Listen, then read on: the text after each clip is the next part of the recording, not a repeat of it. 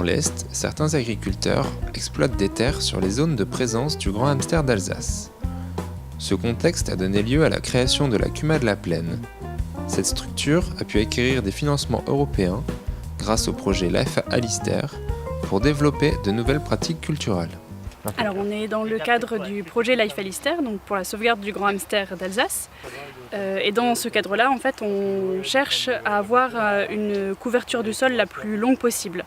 Et donc surtout après la culture du blé, où on a souvent en fait un sol qui est nu, alors que le hamster est en pleine période d'activité, de reproduction aussi.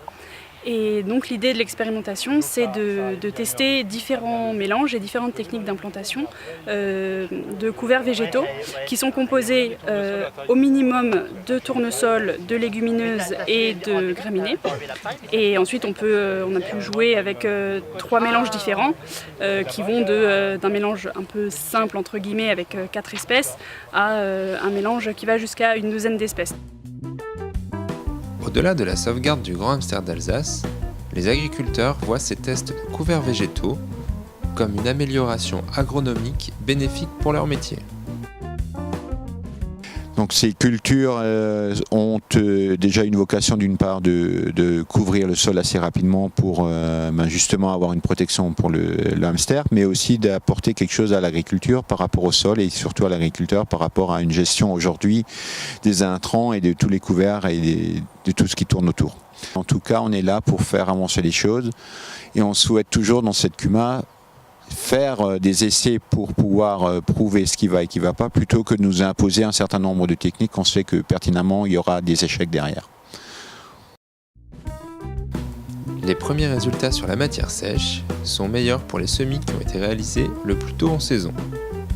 Les pratiques culturales lors de l'implantation ont joué sur le développement des adventices. On se retrouve en fait avec un effet date de semis qui est assez important, puisqu'on se rend compte que pour presque les 3 types de couverts, si les couverts ont été semés avant le 25 juillet, on va obtenir des biomasses de 1,5 tonne, voire 2 tonnes par hectare. Alors que tous les couverts qui ont été semés après le 25 juillet, on sera plus autour de 1 tonne de matière sèche par hectare. La deuxième chose qu'on peut voir par rapport à cette expérimentation, on s'est rendu compte qu'il y avait des adventices. Donc on a aussi calculé la production de biomasse d'adventices, donc essentiellement kénopodes cette année. Et on se rend compte qu'il y a beaucoup plus de kénopodes qui sont présents sur les parcelles qui ont été déchaumées puis semées. Donc effectivement, après il y a encore des différences entre les différents couverts.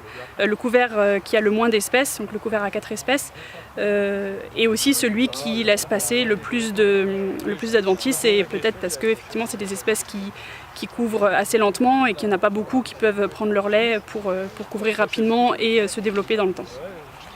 Le surcoût d'un tel mélange par rapport au mélange classique, c'est des choses qu'il convient de prendre en compte parce que voilà, un tournesol, un radis ou selon les années, certains mélanges peuvent être plus chers que d'autres. Donc ça sera aussi un des critères de choix, je pense, pour un certain nombre d'agriculteurs. Les couverts végétaux doivent également permettre de laisser moins de blé sur pied. Le fait d'avoir implanté ces couverts avec pas mal de fleurs dedans, il faut le dire, c'est qu'aujourd'hui les gens s'arrêtent, cueillent et trouvent ça beaucoup plus attrayant, on va dire, qu'une simple moutarde ou quelque chose. Maintenant, arriver à leur expliquer le pourquoi du comment, je crois que ça c'est une deuxième étape qu'il faudra qu'on y aille. Mais surtout, ce qu'on cherche aujourd'hui, c'est par rapport à l'image du blé sur pied. C'est que les gens ont beaucoup de mal à comprendre pourquoi on laisse du blé sur pied. Et donc, un des objectifs de ces couverts, c'est de dire, on va essayer de mettre quelque chose en place.